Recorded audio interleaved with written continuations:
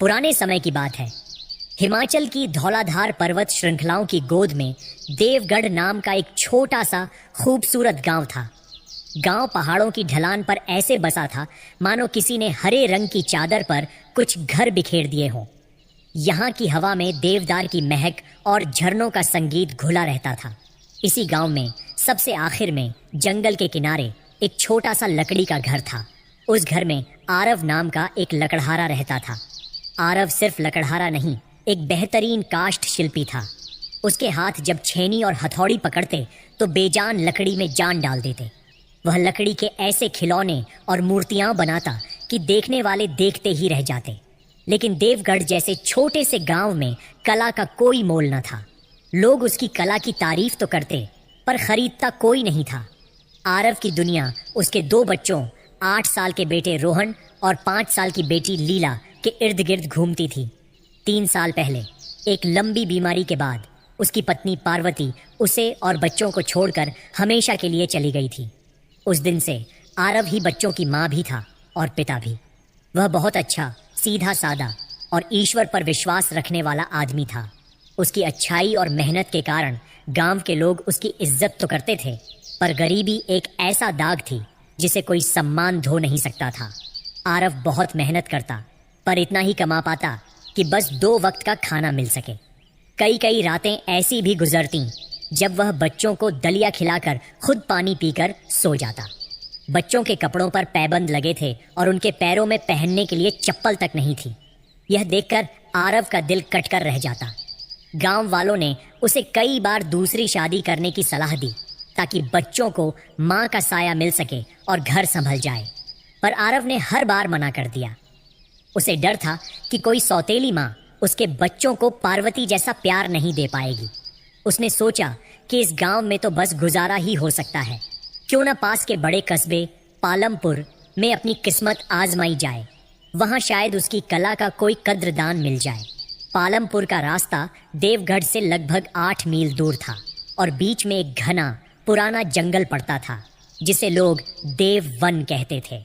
आरव सुबह उठता, बच्चों के लिए खाना बनाता, उन्हें खिलाता और फिर उन्हें घर में ही रहने की सलाह देकर पड़ोस की एक बूढ़ी अम्मा से उन पर नजर रखने को कह देता।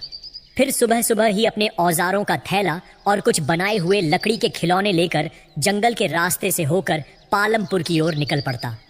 पालमपुर जाकर काम करने से उसकी आर्थिक स्थिति में थोड़ा सुधार तो हुआ, पर मुश्किल थी आना जाना। देव वन का रास्ता सुनसान और कुछ हद तक डरावना था। लोग कहते थे कि उस जंगल में यक्ष और यक्षिणियां रहती हैं और सूरज ढलने के बाद वहां से गुजरना खतरे से खाली नहीं। पर आरव के लिए अपने बच्चों की भूख से बड़ा कोई डर नहीं था। पालमपुर जाते हुए आरव को अब लगभग 4 महीने हो चुके थे। उसे उस रास्ते की आदत हो गई थी। एक दिन जब वह पालमपुर से वापस अपने गांव आ रहा था तो उसे रास्ते में एक अजीब सी अनुभूति हुई। हवा में अचानक चमेली के फूलों की तेज महक घुल गई, जबकि आसपास चमेली का कोई पौधा नहीं था। उसे लगा जैसे कोई उसके पीछे पीछे चल रहा है। उसने मुड़कर देखा, पर वहां कोई नहीं था। उसने इसे अपना वहम समझा और आगे बढ़ गया।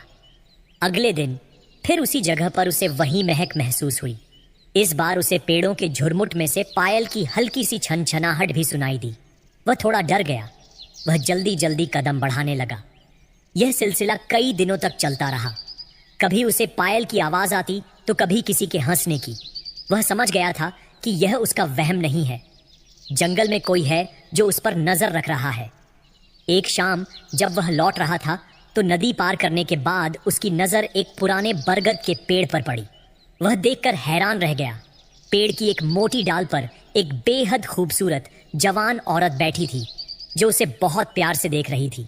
उसने सोने के तार से खड़े हुए हरे रंग के वस्त्र पहने थे और उसके लंबे काले बाल हवा में लहरा रहे थे। उसकी सुंदरता इतनी अलौकिक थी कि आरव एक पल के लिए अपनी सुध बुध खो बैठा। आरव डर गया।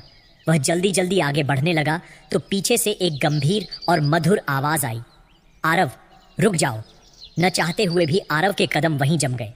वह औरत फुर्ती से कूदकर नीचे उतरी और आरव के पास पहुंची। उसकी चाल में एक अजीब सी नजाकत थी, जैसे वह चल नहीं रही, तैर रही हो। आरव ने कांपती आवाज में पूछा, कौन हो तुम और क्या चाहती हो? वह औरत मुस्कुराई। उसकी मुस्कान में चांद की चमक थी। मेरा नाम मायावती है, मैं इसी वन में रहती हूँ। आरव सोचने लगा कि इस जंगल में तो कोई नहीं रहता। मैं तुम्हें हर दिन यहाँ से गुजरते देखती हूँ आरव, वह बोली। आज तुमसे बात करने का मन हुआ तो चली आई। घर में मेरे बच्चे मेरा इंतजार कर रहे हैं, आरव ने घबराहट में कहा। मुझे जल्दी जाना है। इतना कहकर आरव तेजी से आगे चलने लगा। वह घर गया और खाना बनाकर बच्चों को खिला पिलाकर सो गया। उसने उस औरत वाली घटना के बारे में ज्यादा नहीं सोचने की कोशिश की। अगले 2-3 दिन तक आरव को वह औरत नहीं मिली, क्योंकि अब दिन जल्दी ढलने लगे थे और वह अंधेरा होने से पहले ही घर पहुंच जाता था। 5वें दिन पालमपुर में काम ज्यादा होने की वजह से उसे देर हो गई। जब वह देववन से गुजर रहा था तो अंधेरा घिर आया था। उसने अपनी छोटी सी लालटेन जला ली। वह औरत फिर उसे उसी बरगद के पेड़ के पास मिली। आज लालटेन की पीली रोशनी में वह औरत थोड़ी रहस्यमयी और डरावनी लग रही थी। मेरा रास्ता छोड़ो, आरव डरकर बोला। तुम्हें क्या बात करनी है? मुझे कौन रोक टोक सकता है? वह मुस्कुराई। आरव, मैं तुम्हें दिल से पसंद करती हूँ। मैं तुम्हें पिछले कई महीनों से यहाँ से गुजरते देख रही हूँ। तुम्हारी मेहनत, तुम्हारा अपने बच्चों के लिए प्यार, सब कुछ देखती हूँ। आरव ने कहा। मेरे 5 बच्चे नहीं, 2 हैं, और मेरे पास इन बातों के लिए बिल्कुल समय नहीं है। मैं जानती हूँ आरव, वह बोली। मैं तुम्हारे बारे में सब जानती हूँ। क्या तुम मुझसे विवाह करोगे? उसकी इस बात पर आरव हक्का बक्का रह गया। मैं तुम्हें जानता तक नहीं। विवाह की बात तो बहुत दूर की है। मैं अपने बच्चों का पेट मुश्किल से पाल पाता हूँ। विवाह का बोझ उठाना अब मेरे बस में नहीं। आरव, अगर तुम मुझसे विवाह कर लोगे तो तुम्हारी गरीबी हमेशा के लिए दूर हो सकती है, वह बोली। अरे वाह, तुम्हारे पास क्या अलादीन का चिराग है? आरव ने ताना मारा। सोच लेना आरव, वह बोली। मैं तुम्हें यहीं मिलती रहूंगी। इतना कहकर वह औरत पेड़ों के झुरमुट में ऐसे गायब हो गई जैसे कभी वहां थी ही नहीं। अगले दिन आरव का काम में मन बिल्कुल नहीं लगा। वह जिस गांव में काम करने जाता था वहां एक मंदिर के बूढ़े पुजारी थे, पंडित रामदत्त, जो बहुत ज्ञानी माने जाते थे। आरव उनके पास गया और खुद के साथ हो रही वह सारी घटना उन्हें बताई। पंडित जी की आंखों में चिंता की लकीरें उभर आईं। बेटा, देववन में कोई साधारण स्त्री नहीं रहती। मैंने भी उस अलौकिक स्त्री के बारे में सुना है, पर कभी देखा नहीं। पंडित जी ने कहा। आरव, तुम जल्दी जाओ। अगर आज वह तुम्हें मिले तो उसे बातों में उलझा कर रखना और उसकी आंखों को ध्यान से देखना कि वह अपनी पलकें झपकाती है या नहीं। यक्ष और यक्षिणियां कभी पलकें नहीं झपकाती। और एक बात, तुम उसके पैर भी देखना कि पंजे किस तरफ हैं। आरव ने अब अपने गांव का रास्ता लिया। जब वह नदी पार करके उसी जगह पहुंचा तो मायावती वहीं उस पेड़ पर बैठी नजर आई। वह पेड़ से नीचे उतरी और आरव के पास आकर बड़े प्यार से बोली। आरव, तुमने आज देर कर दी। हाँ, आज काम ज्यादा था, आरव ने कहा और उसकी आंखों को ध्यान से देखने लगा। उसकी आंखों में एक अजीब सी चमक और गहराई थी। आरव को लगा जैसे वह उन आंखों में डूबता जा रहा है। उसने देखा कि वह सचमुच अपनी पलकें नहीं झपका रही थी। फिर वह खुद को संभालते हुए उसके पैरों की ओर देखने लगा, पर उसके लंबे लहंगे की वजह से वह पैरों को नहीं देख पाया। फिर आरव को अचानक पंडित जी की बात याद आई और वह बोला, अरे, मैं आज तुम्हारे लिए लकड़ी की बनी पायल लाया हूँ। इतना कहकर आरव अपने थैले को झूठे ही टटोलने लगा। मायावती खुशी से चहक उठी। उसने पायल पहनने के लिए उत्सुकता में अपने लहंगे को थोड़ा ऊपर किया और बोली, लाओ तो आरव, पहना दो मुझे पायल। आरव ने जब यह देखा तो डर से उसका मुंह खुला का खुला रह गया। उसके पैर सीधे थे पर एड़ी आगे और पंजे पीछे की ओर थे। वह जल्दी से संभलते हुए बोला, अरे, लगता है दुकान पर ही भूल आया, कल लाऊंगा। ठीक है आरव, मायावती ने खुशी से कहा, कल जरूर लेकर आना, मैं तुम्हारा इंतजार करूंगी। इतना कहकर वह पेड़ों के झुरमुट में चली गई। आरव जल्दी जल्दी हांफते हांफते अपने घर पहुंचा। सारी रात उसे नींद नहीं आई। अगले दिन वह सीधा पंडित रामदत्त के पास गया और कल की सारी घटना बताई। पंडित जी ने कहा, मुझे जिस बात का डर था वही हुआ। आरव, तुम जिसे औरत समझ रहे हो, दरअसल वह एक यक्षिणी है जो तुमसे सच्ची मोहब्बत कर बैठी है। पंडित जी की बात सुनकर आरव के चेहरे का रंग उड़ गया। तो अब मैं क्या करूं? वह तुम्हें नुकसान भी पहुंचा सकती है अगर तुम उसका कहा नहीं मानोगे तो। यक्षिणियाँ अपनी जिद की बहुत पक्की होती हैं। पंडित जी ने कहा, तुम उसे मीठी मीठी बातों में उलझाकर उसके बालों की एक खास लट काट लेना। यक्षिणियों की शक्ति और उनकी अपनी दुनिया से जुड़ाव उनके बालों की एक विशेष लट में होता है, जिसे जीवन केश कहते हैं। अगर वह कट जाए तो वे असहाय हो जाती हैं और काटने वाले की दासी बन जाती है। मगर याद रखना, कटे हुए बाल उसके हाथ नहीं लगने चाहिए। ऐसी जगह छिपा देना जहां वह उन्हें कभी ढूंढ न सके। मैं उसे गुलाम नहीं बनाना चाहता पंडित जी, आरव ने कहा। मैं तो बस अपनी जान छुड़ाना चाहता हूँ। उससे छुटकारा पाना इतना आसान नहीं है बेटा, पंडित जी बोले। वह तुम्हें हर हाल में बर्बाद कर देगी अगर तुम उसके कहे अनुसार न चले। मेरी मानो तो उसे वश में करके देखो, इसके अलावा कोई और रास्ता नहीं है। आरव अब दिन भर सोचता रहा। एक तरफ उसकी जान का खतरा था और दूसरी तरफ एक अलौकिक प्राणी को गुलाम बनाने का पाप। जब शाम ढली तो उसने भारी मन से अपने बच्चों के बारे में सोचा और एक कठोर निर्णय लिया। आज मायावती फिर उसे उसी जगह पर मिली। वह आज और भी ज्यादा खूबसूरत लग रही थी। आरव ने उसे यह जाहिर नहीं होने दिया कि वह उसका राज जान चुका है। अरे तुम्हारी पायल, आरव यह कहते हुए अपने थैले को जमीन पर रखकर उसे टटोलने लगा। जैसे ही मायावती पायल देखने की उत्सुकता में नीचे झुकी, आरव ने अपनी कमर में खोसी हुई लकड़ी तराशने वाली सबसे तेज और छोटी छेनी निकाली और उसके चेहरे के पास लटकती बालों की एक घनी इंद्रधनुषी चमक वाली लट को झट से काट लिया। एक तेज चीख के साथ मायावती अपने असली भयावह रूप में आ गई। उसकी आंखें अंगारों की तरह जल रही थीं और उसके मुंह से धुआं निकल रहा था। आरव डर के मारे कांपने लगा। आरव, तुमने मेरे साथ धोखा किया है, वह गरजते हुए बोली। मेरी मोहब्बत का फायदा उठाया है। मैं तो वैसे भी तुम्हारी गुलाम थी, मगर यह तुमने मेरे जीवन केश काटकर अच्छा नहीं किया।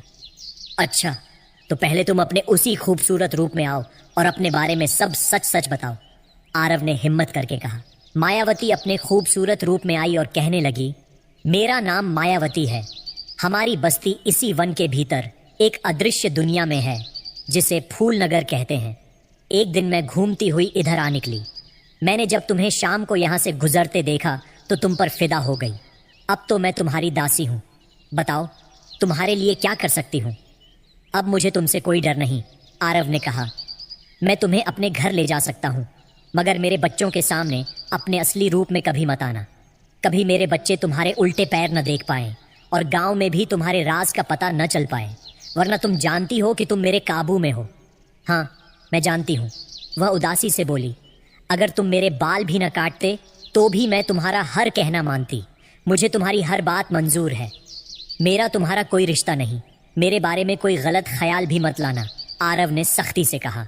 जो हुक्म आरव, उसने सिर झुकाकर कहा। आरव उसे अपने साथ घर ले आया। घर पहुंचे तो उसकी बेटी लीला ने पूछा, बापू, ये कौन है? बेटा, ये तुम्हारी नई माँ है, आरव ने कहा। बच्चे घर में एक सुंदर माँ को पाकर बहुत खुश हुए। आरव खाना बनाने लगा तो मायावती बोली, आज से तुम इन सब झंझटों से आज़ाद हो। घर के काम की सारी जिम्मेदारी मेरी है। सच में आरव की दुनिया ही बदल गई। सब काम अपने आप होने लगे। घर हमेशा साफ सुथरा रहता।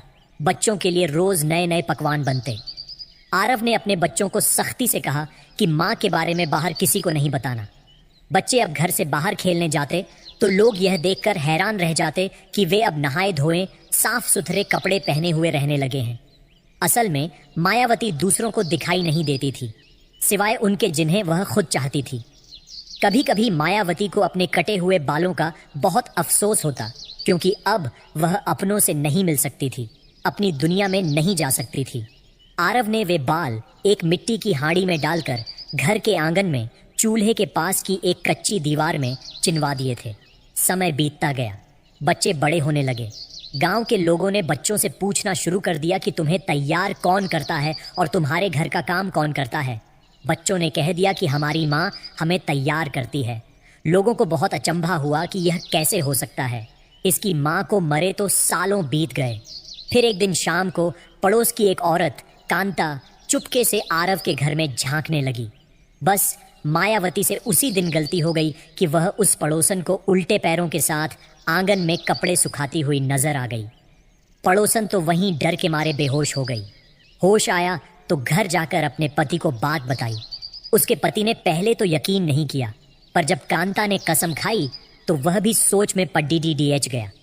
फिर कई दिनों तक पड़ोसन और उसका पति आरव के घर पर नजर रखने लगे। एक दिन उस पड़ोसन के पति ने भी मायावती को देख लिया। फिर यह बात पूरे गांव में आग की तरह फैल गई। सब आरव के घर को यक्षिणी का घर कहने लगे। उड़ते उड़ते यह बात आरव के कानों में भी पहुंची। वह बहुत घबराया और घर जाकर मायावती से बोला, मेरे बारे में लोग तरह तरह की बातें कर रहे हैं। मैंने तुम्हें कहा था कि किसी के सामने खुद को जाहिर मत होने देना। मायावती बोली, मैंने यह जानबूझकर नहीं किया आरव। मैंने कई साल तुम्हारे यहाँ तुम्हारे घर और बच्चों की देखभाल की है। अब तुम मुझे आज़ाद कर दो। मगर आरव अब उसका आदी हो चुका था। हर काम तैयार मिले तो कौन पागल उसे आज़ाद करे। आरव ने साफ मना कर दिया।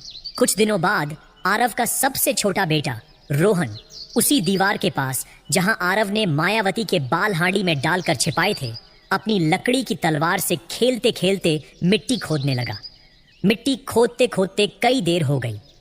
मायावती उस लड़के के पास उसे कुछ खाने को देने के लिए आई। तभी उसकी नजर उस मिट्टी की हांडी पर पड़ी जो अब थोड़ी बहुत बाहर दिख रही थी।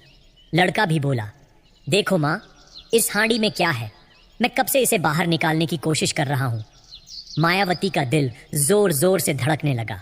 उसने हांडी को बाहर निकाला, उसे तोड़ा तो अंदर अपने कटे हुए बाल पाए। एक पल के लिए उसकी आंखों में आंसू और फिर आजादी की एक चमक आ गई। उसने फौरन उन बालों को चूल्हे की आग में डालकर जला दिया। अब मायावती आरव की कैद से आजाद थी। आरव जब शाम को घर आया तो मायावती बोली, आरव, मुझे अब यहाँ से जाना है। मुझे अपनों की याद आ रही है और तुम्हारे बच्चे भी अब बड़े हो गए हैं। यदि मैं तुम्हारी गुलाम रही और इसी दौरान अगर तुम इस दुनिया से चल बसे तो मैं यहीं इसी घर में हमेशा के लिए कैद होकर रह जाऊंगी। हरगिज नहीं, आरव चीखा। मैं तो तुम्हारा मन ले रही थी। वह मुस्कुराई। मैं तो आज़ाद हूँ। तुम उन बालों की हिफाजत नहीं कर सके। मैं जाने से पहले तुम्हारे लिए उस हांडी में कुछ छोड़कर जा रही हूँ। वह बोली, क्योंकि मैं तुमसे सच्ची मोहब्बत करती हूँ। मैं तुम्हें इतना कुछ दे जाऊंगी कि तुम्हारी अगली 7 पुश्तें आराम से कटेंगी। इतना कहकर मायावती एक सुनहरी रोशनी में बदली और हवा में विलीन हो गई। आरव उसे आवाज देता रहा। वह अपना सिर पीट पीट कर रोने लगा। आरव ने जब उस हांडी को ढूंढा तो उसमें ढेर सारे सोने के सिक्के और बेशकीमती रत्न निकले। वह रातों रात अमीर हो गया, लेकिन इसी गांव में रहते रहते वह इस कलंक को धो नहीं सका। लाख कोशिश की सफाई देने की, मगर लोग फिर भी उसके घर को यक्षिणी का घर ही कहने लगे। आखिर में आरव ने शहर में एक बड़ा सा घर ले लिया और बच्चों के साथ वहीं रहने लगा। वह अक्सर देववन की ओर देखता और उस यक्षिणी को याद करता जिसने उसे गरीबी से तो निकाला, पर हमेशा के लिए एक